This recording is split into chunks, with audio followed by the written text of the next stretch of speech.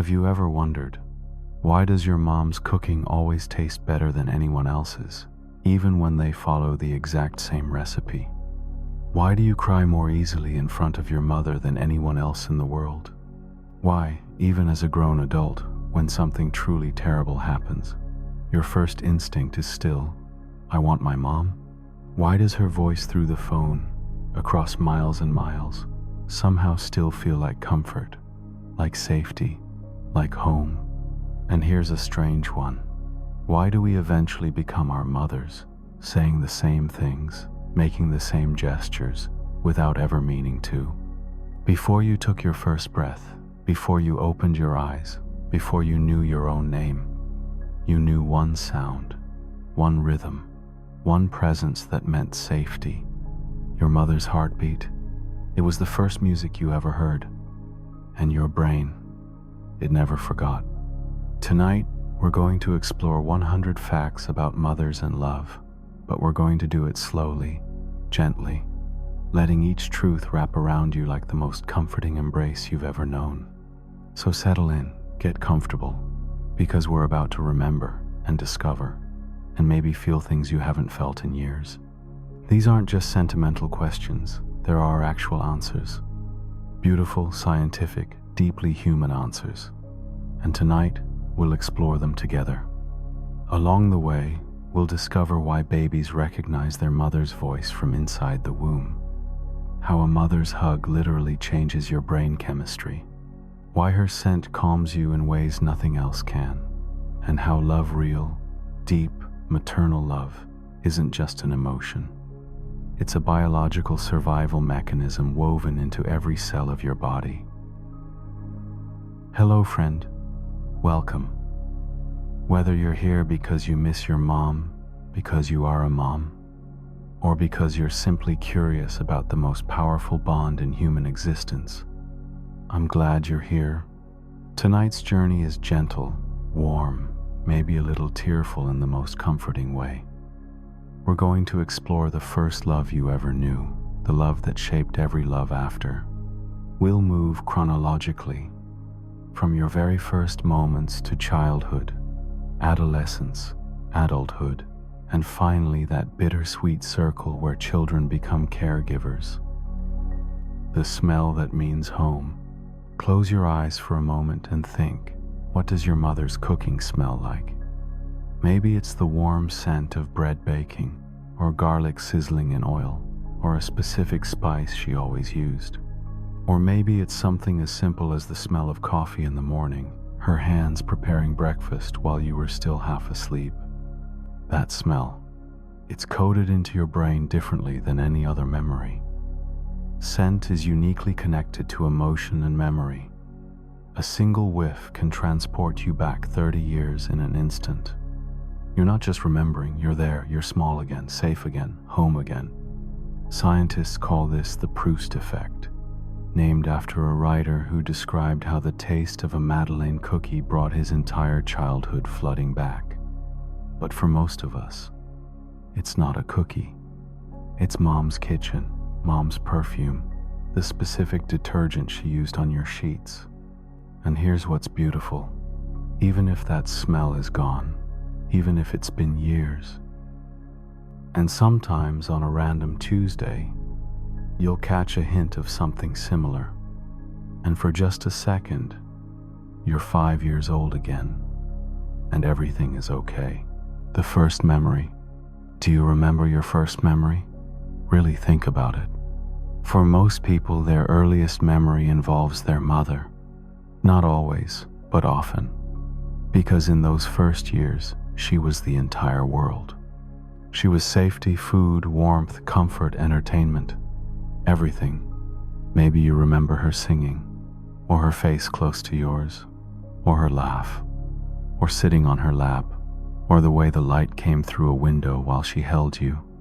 The details might be fuzzy, the edges soft, but she's there, present, central. And here's the thing. You have thousands of memories you don't consciously remember. Your body remembers. Your nervous system remembers. Being held, being rocked, being soothed.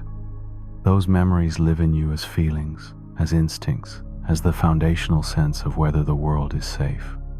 Your first memories shaped your brain, and she was there in almost all of them, teaching you what love is. Before you were born, she knew you first. Let's go back. Before you existed as a separate being, before birth, before memory, you were inside her. And here's what's extraordinary. You weren't just passively growing, you were listening.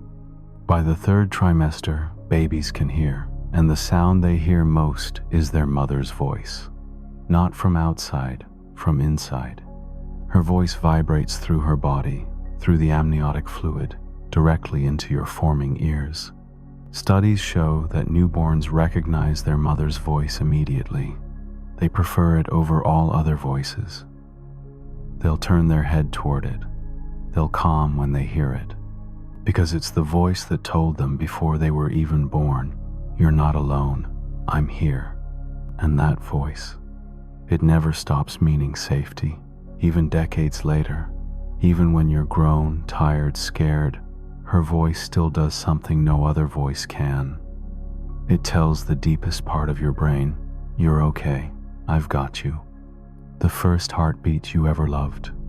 Before her voice, there was her heartbeat. Steady, rhythmic, constant. It was the soundtrack to your existence before you had eyes to see or lungs to breathe. Lub-dub, lub-dub, lub-dub. A rhythm that meant life. When you were born, suddenly that sound was gone. The world was cold, bright, chaotic. And then, someone placed you on her chest, skin to skin. And there it was again.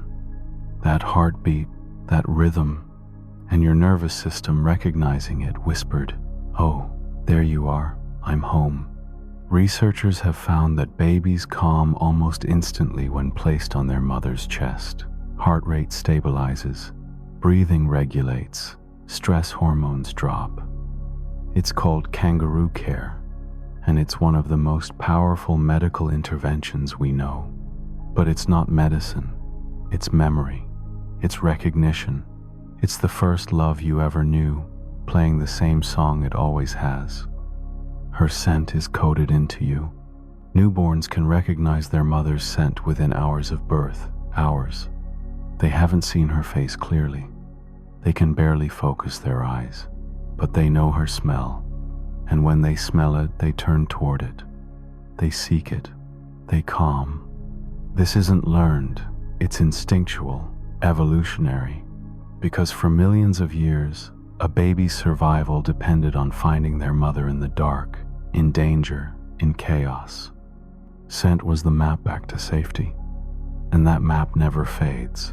Even as an adult, even now, there's probably a specific perfume, lotion, laundry detergent, something she wore or used that brings her back instantly.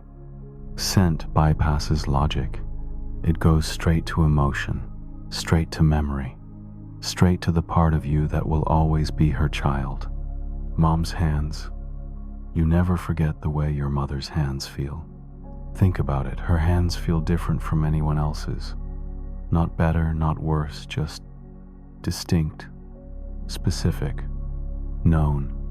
When you were small, those hands were enormous. They could hold your whole hand in hers. They wiped your tears, fixed your clothes, checked your forehead for fever, braided your hair, tied your shoes. You probably don't consciously remember learning what her hands feel like, but your body does, your nervous system does. Touch is memory, and her touch was the first safe touch you ever knew. Now, maybe those hands have aged. Maybe they're wrinkled, spotted, shakier than they used to be. But they still feel like hers, still feel like safety, still hold the same comfort they always did. And if you can't hold them anymore, if they're only memory now, that's okay too, because they're imprinted in you, in your skin, in your sense of what love feels like. The way she says your name. Your mother says your name differently than anyone else in the world. There's a specific tone, a specific rhythm. Maybe she elongates certain syllables. Maybe she adds a slight sing-song quality. Maybe she says it soft, like a prayer, or firm like a warning, or warm like an embrace. You'd know her voice saying your name in a crowd of thousands, even if you hadn't heard it in years, even if you were half asleep, even if you were dying. Your name, in her voice, would bring you back. Because that's the voice that first told you who you are, that called you into being, that made you real.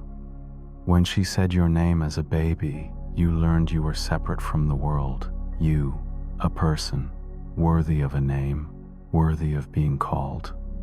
And every time she said it since, in anger, in love, in worry, in pride, it's reinforced the same truth. You exist, you matter, you are hers. Lesser known wonder facts, the biology of motherhood. Here's something that sounds like science fiction, but it's absolutely real. When a woman becomes pregnant, her brain physically restructures itself.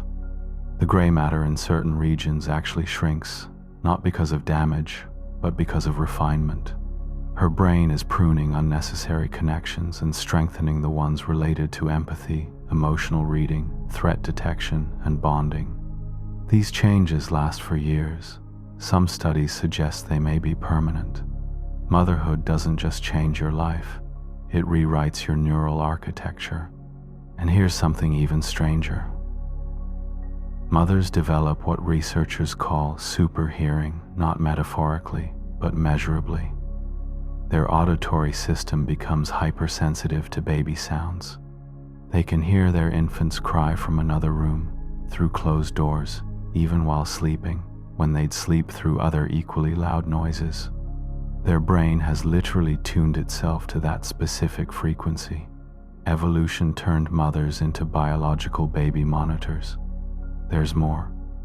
During pregnancy, fetal cells cross the placenta and enter the mother's bloodstream.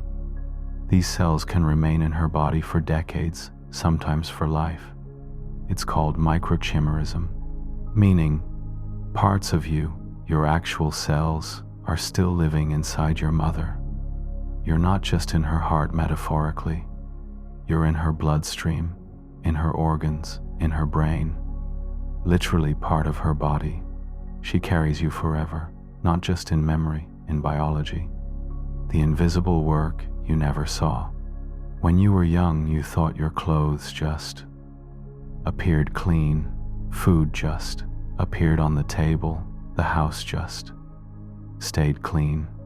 You didn't see her doing laundry at midnight, meal planning while exhausted, cleaning up after you'd gone to bed, packing your lunch before you woke, scheduling appointments, remembering everything. Maternal labor is invisible by design. The goal is for everything to feel effortless, seamless, like the house runs itself, like love has no cost. But it does. It costs time, energy, sleep, dreams deferred, social life, hobbies, parts of herself she set aside so you'd have everything you needed. Most people don't see this until they become parents themselves, or until it's too late, or until she's gone and suddenly everything that just happened stops happening. The meals don't cook themselves. The house doesn't clean itself. The emotional labor remembering birthdays, maintaining relationships, keeping everyone together doesn't do itself. She did it quietly, daily, for years. And she probably never asked for credit, because to her it wasn't sacrifice, it was love. Her worry never sleeps. There's a specific kind of tired that only mothers know. It's not just physical exhaustion, though there's plenty of that. It's mental, emotional. It's the exhaustion of caring so deeply that your nervous system never fully rests. Even when you're asleep, safe in your bed, part of her brain is still listening, still monitoring, still ready to wake at the slightest sound that means you need her. This doesn't stop when you grow up. It doesn't stop when you move out. It doesn't stop when you have children of your own. She still worries, still wakes at night thinking about you, still feels a pull in her chest when she knows you're struggling, even if you're 1,000 miles away. This is biology. When she became your mother, her brain physically restructured. Her amygdala, fear center, became more sensitive. Her stress response became more reactive. Evolution did this on purpose. Hypervigilance keeps babies alive. But it means she never stops being on guard, never stops scanning for danger, never stops carrying the weight of your safety, your happiness, your well-being, even when you don't need her to anymore. Because her brain doesn't know how to stop. Because love, at this level, doesn't have an off switch. Cultural and universal facts, the language of mother. Here's something beautiful. Almost every language on earth has a word for mother that starts with the M sound. Mama, mum, maman, madre, more, mama, may, matka. It's not coincidence, it's biology. Ma is one of the easiest sounds for babies to make. Their lips come together naturally, and out comes mm. Ancient humans heard their babies making this sound while looking at them, seeking them, needing them, and that sound became the word. Mother didn't get assigned the mem sound, babies gave it to her. And it's universal. Across continents, across cultures, across thousands of years of human history, the word for the first person we love sounds almost the same. There are other universals too. Every culture has lullabies. Every culture celebrates mothers in some form. Every mythology includes a mother archetype creator, nurturer, protector. The mother-child bond transcends culture. It's pre-language, pre-civilization. It's written into our DNA, our brain structure, our evolutionary history. Love, at its deepest level, is universal, and it starts with her. Your first mirror was her face. Before you knew what you looked like, you knew what she looked like. Babies spend hours staring at their mother's face, learning every curve, every expression, the way her eyes crinkle when she smiles, the way her mouth moves when she talks, the way her whole face lights up when she sees you. And here's what's happening. You're learning emotions. You're learning that a smile means good, that furrowed brows mean concern, that soft eyes mean love. But more than that, you're learning that you matter. Because her face changes when she looks at you. You affect her. You exist. You are real. Psychologists call this mirroring, and it's how babies develop a sense of self. You see yourself reflected in your mother's eyes, and that's how you begin to know who you are. If her face lit up when she saw you, you learned, I am worthy of joy. If she responded when you cried, you learned, my needs matter. If she smiled when you smiled, you learned, I can create happiness. Your first sense of self came from her face. And in some way, you've been looking for that reflection, that unconditional delight ever since. The magic of her touch. A mother's touch isn't just comfort, it's chemistry. When she holds you, strokes your hair, pats your back, rubs your shoulder, your brain releases oxytocin, the love hormone, the bonding chemical. This isn't metaphor, it's biology. Her touch literally changes your brain chemistry. It lowers cortisol, stress. It increases serotonin, happies. It activates your parasympathetic nervous system, rest and digest. Babies who are held more cry less, sleep better, and develop healthier stress responses, because touch tells the nervous system, you are safe, you are loved, you can relax. And this never stops working. Even as adults, a hug from mom does something no other hug quite does. It reaches deeper. It settles something fundamental. Because her touch was the first touch that meant safety, and your body remembers. She could read you like a book. Your mother developed superpowers when you were born, not metaphorical ones, actual, measurable changes in her brain. Studies show that mothers can identify their baby's cry among dozens of other babies within seconds. They can detect micro changes in their child's face, tiny shifts in expression that indicate discomfort, sadness, fear, before anyone else notices. This is pattern recognition on a massive scale. She's been watching you since you were born. Millions of observations, thousands of hours of attention. She knows your baseline. She knows when something's off. People call it mother's intuition, but it's not magic. It's data. It's love expressed as relentless attention. She knew you were getting sick before the fever. She knew you were lying before you finished the sentence. She knew you were hurting before you said a word, because she'd been studying you your entire life, and you were her favorite subject. The things she said that stuck. Be careful. Did you eat? Call me when you get there. I'm proud of you. You can do hard things. Phrases you heard so often you stopped hearing them, until one day, decades later, you catch yourself saying them. To your kids, to yourself. In her voice. Our mother's words live in us.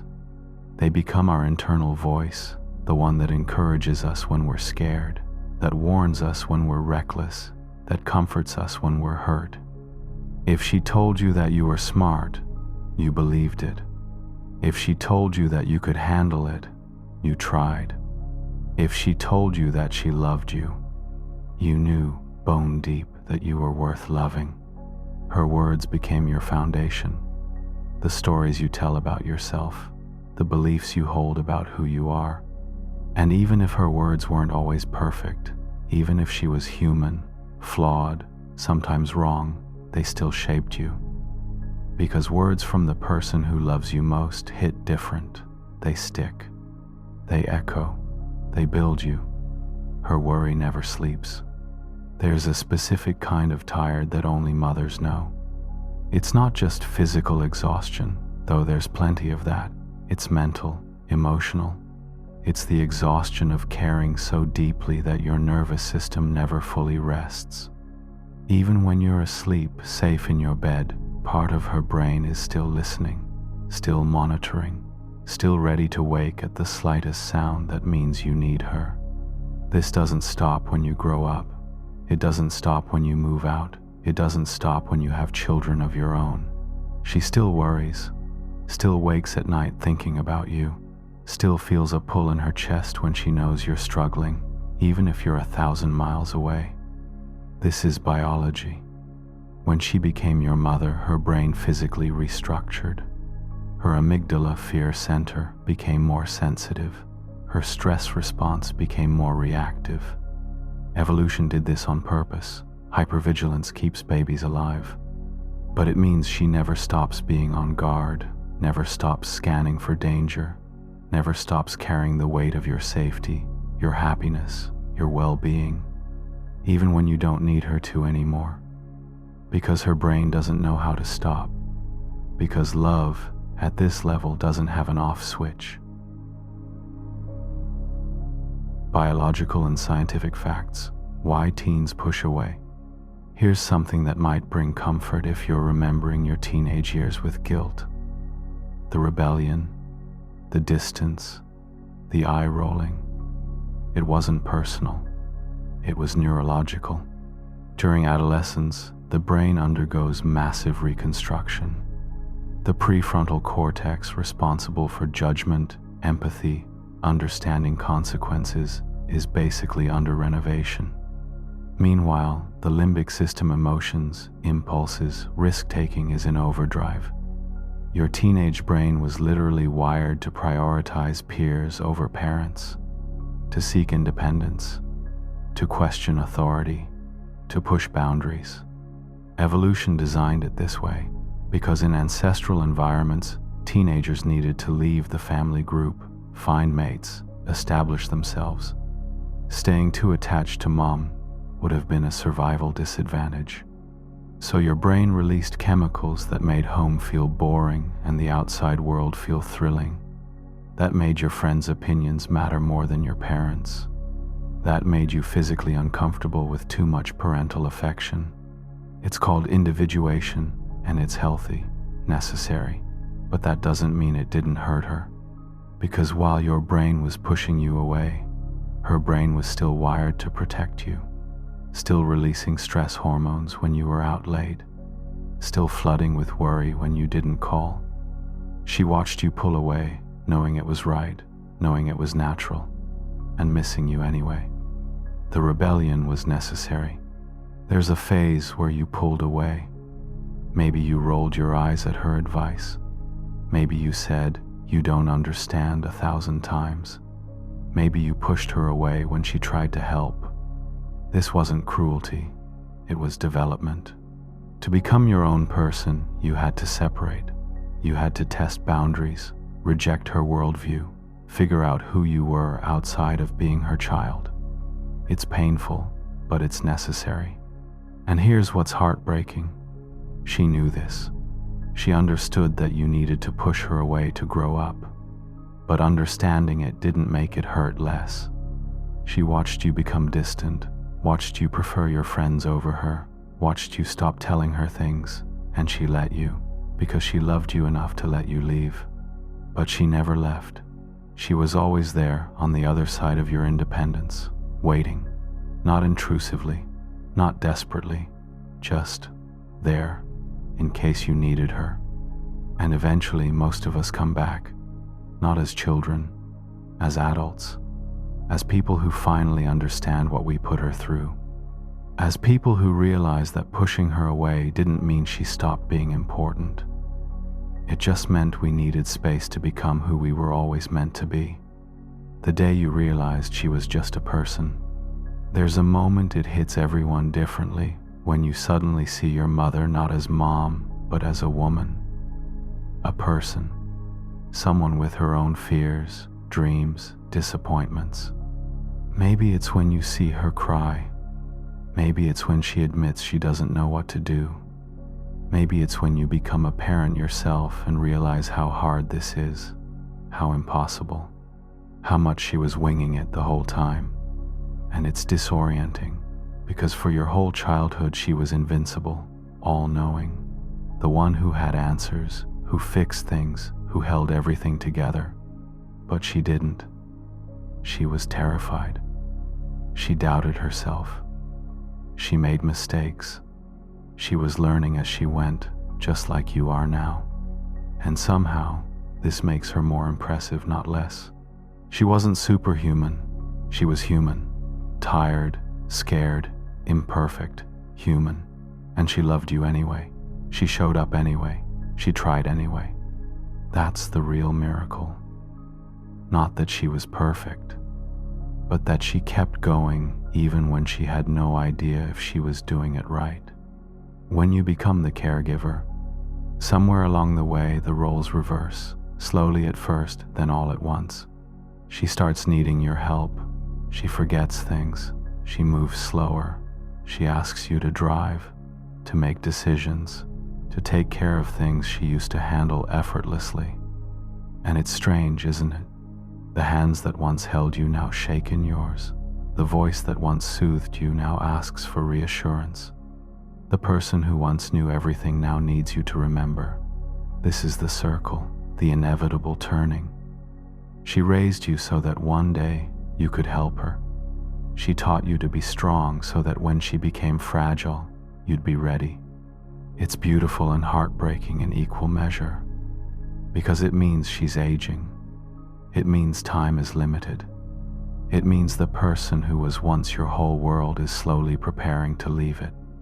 But it also means you get to give back, to show her the same patience she showed you, to hold her the way she held you, to let her know, through actions not words, I've got you. You're not alone. I'm here. What you wish you'd said. If she's still here, tell her. Tell her thank you for the meals you didn't appreciate, for the worries you dismissed, for the sacrifices you didn't see, for the love that was so constant you forgot it was there. Tell her you're sorry for the times you were cruel, for the teenage years, for taking her for granted, for not calling enough. Tell her you understand now, that you see how hard it was, that you know she did her best, that her best was enough, that you turned out okay, that it's because of her. Tell her you love her, not because it's Mother's Day or her birthday or a special occasion, just because, just so she knows, just so the words exist in the air between you. And if she's gone, tell her anyway, out loud, in writing, in prayer, in memory. The words still matter, the gratitude still counts, because love doesn't end. It echoes. It lives in you, in the way you care for others, in the way you show up, in the way you love. You carry her forward, and that's its own kind of forever. Love is the only thing that grows. We've traveled far tonight, from the womb to now, from heartbeats to memories, from childhood to the bittersweet circle where children become caregivers. And through it all, one truth remains. Love is the only thing that grows by being shared. Your mother gave you love, and in doing so, she taught you how to love, how to care, how to show up, how to sacrifice, how to stay. That love doesn't disappear when she's gone. It lives in you, in every kind thing you do, in every time you put someone else first, in every moment you show patience, compassion, tenderness. You are her legacy. Not because you look like her or sound like her or cook like her, but because you love like her. And that's the most beautiful inheritance of all. Rest now. So rest now, friend. Let these memories settle softly around you. Let gratitude fill the spaces where worry used to be. If your mom is still here, you can call her tomorrow. Tell her you love her. Listen to her voice. Hold her hand if you can. If she's gone, she's still with you. In the way you say certain words, in the way you care for others, in the quiet moments when you feel, just for a second, like you're not alone. You were loved first by her, and that love, it never leaves. It becomes part of you, woven into your cells, carried in your heart, expressed in your life. Sleep well tonight. You are still her child, still loved, still held, even if only in memory. Thank you for being here, for remembering, for feeling. If you'd like more journeys like this one, consider subscribing, but that's for later. For now, just rest. You are safe, you are loved, you are enough. Good night.